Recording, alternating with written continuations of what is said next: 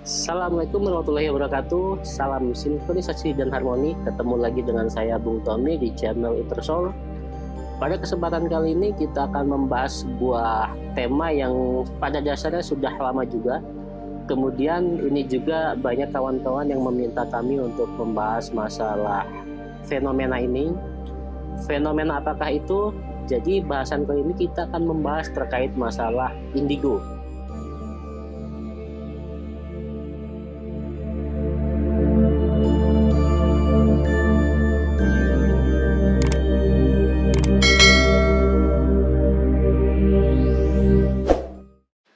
Indigo ini sendiri sebenarnya sudah sangat lama kita ketahui. Jadi pertama kali istilah indigo ini pun pertama kali dikenalkan itu sekitar tahun 1970-an. Kemudian mulai booming dan ramai di pembahasan-pembahasan selanjutnya itu pada tahun sekitar 1990-an. Ada ilmuwan barat yang dia pun membuat sebuah buku terkait masalah fenomena indigo ini sendiri, di mana di situ membahas terkait masalah aura yang ada di dalam tubuh seseorang. Kita bertanya indigo itu apa sebenarnya? Jadi indigo itu kalau di bahasa Spanyol dia adalah pancaran aura dari seseorang, yang berarti indigo itu pada dasarnya adalah warna aura yang dominan pada seseorang, di mana warnanya adalah nila keungu-unguan. Jadi dia pancaran aura yang di bagian atas berkaitan dengan masalah ajna dan mahkota itu sendiri. Kemudian kenapa sih kok seseorang itu dia bisa bersifat indigo? Dia dari lahir bisa bersifat indigo, artinya cakra seseorang itu dia lebih dominan aktif di bagian cakra ajna dan mahkotanya, sehingga aura yang muncul itu warna nila keungu-unguan. Dia mendominasi aura yang ada di dalam tubuhnya itu sendiri.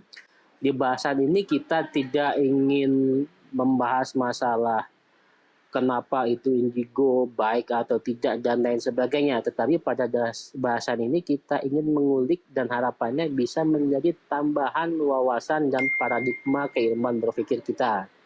Jadi ketika kita kaitkan dengan masalah cakra, kemudian kita kaitkan dengan masalah aura, ketika kita kenal kemarin cakra itu ada 7, berarti indigo ini dia yang aktif di bagian cakra ke-6 dan cakra ke-7-nya. Makanya banyak orang juga yang menyebut anak-anak indigo itu dia mempunyai mata ke-6 atau dia mempunyai mata ketiga, yang berarti orang-orang kita mungkin banyak mengenal juga dia kewaskitaannya, waskita dia itu aktif, sehingga bagian itulah yang lebih dominan.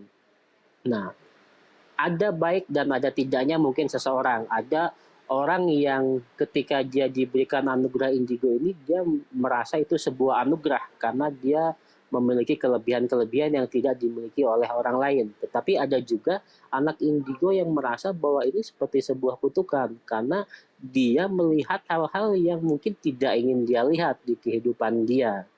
Nah, terus apakah indigo ini bisa dinonaktifkan?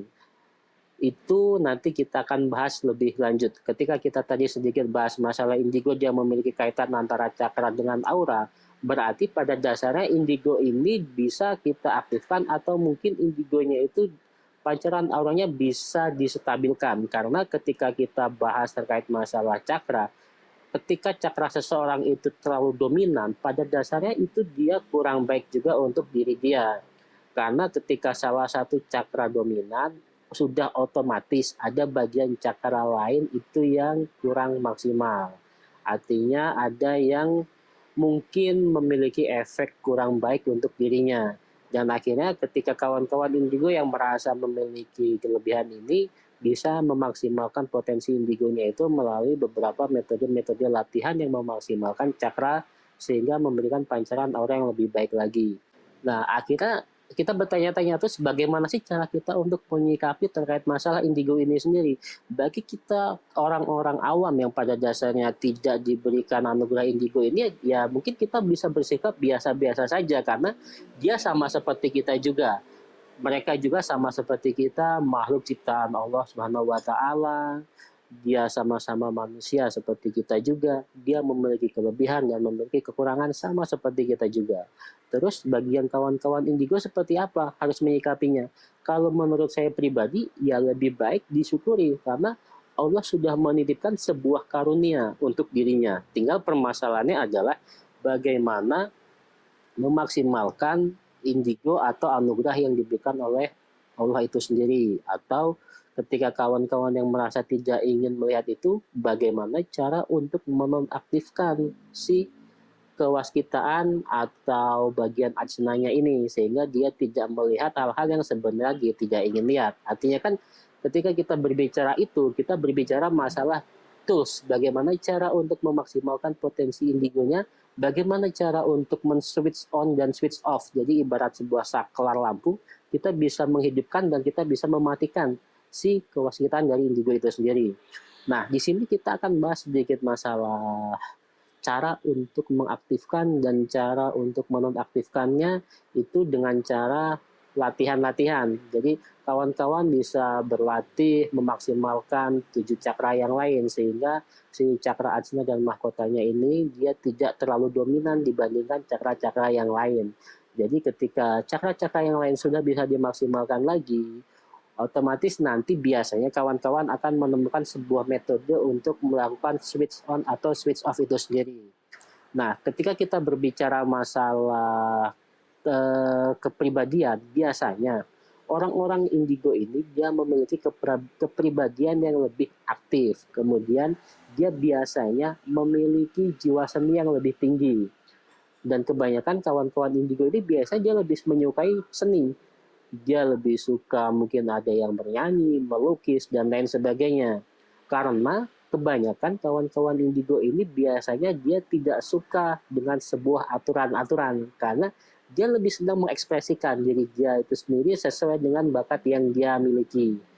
Jadi ketika kita bicara kepribadiannya, itu kan hal-hal positif semua sebenarnya. Dan kebanyakan bahkan kawan-kawan indigo ini itu cenderung lebih cerdas, cenderung memiliki IQ yang lebih tinggi dibandingkan kawan-kawan yang mungkin tidak diberikan anugerah indigo. Maka akhirnya dari saya pribadi, mari kita sikapi hal ini menjadi sebuah hal yang biasa-biasa saja bagi kita semua, bagi kawan-kawan yang dititipkan sebuah anugerah oleh Allah dengan masalah indigo ini. Mari kawan-kawan syukuri kelebihan yang sudah Allah kasih, mari kita maksimalkan lagi. Harapannya kelebihan kawan-kawan ini pun bisa dimanfaatkan untuk memberikan manfaat yang lebih baik bagi lingkungan, manfaat yang lebih baik bagi masyarakat yang ada di sekitarnya. Dan akhirnya kita berbicara bagaimana cara untuk memaksimalkan potensi indigo itu sendiri bagi kawan-kawan yang mungkin diberikan anugerah Allah Subhanahu wa taala ke sebuah kelebihan indigo ini. Bagi kawan-kawan yang di Lampung mungkin bisa ikut hadir juga ke latihan kita di Pesawaran setiap malam Sabtu. Kemudian bagi kawan-kawan yang di luar Lampung bisa berlatih di tempat-tempat lain yang mereka melakukan latihan terkait masalah memaksimalkan cakra-cakra yang ada di dalam tubuhnya. Sekian pembahasan kita hari ini terkait masalah fenomena indigo. Bagi kawan-kawan yang memiliki pertanyaan atau hal yang ingin didiskusikan, mungkin bisa meninggalkan di kolom komentar dan nantinya kita akan bahas di pertemuan atau channel selanjutnya terkait masalah indigo ini ataupun terkait masalah pertanyaan kawan-kawan yang ingin didiskusikan. Sekian dari saya, salam sinkronisasi dan harmoni dari saya Bung Tommy. Wassalamualaikum warahmatullahi wabarakatuh.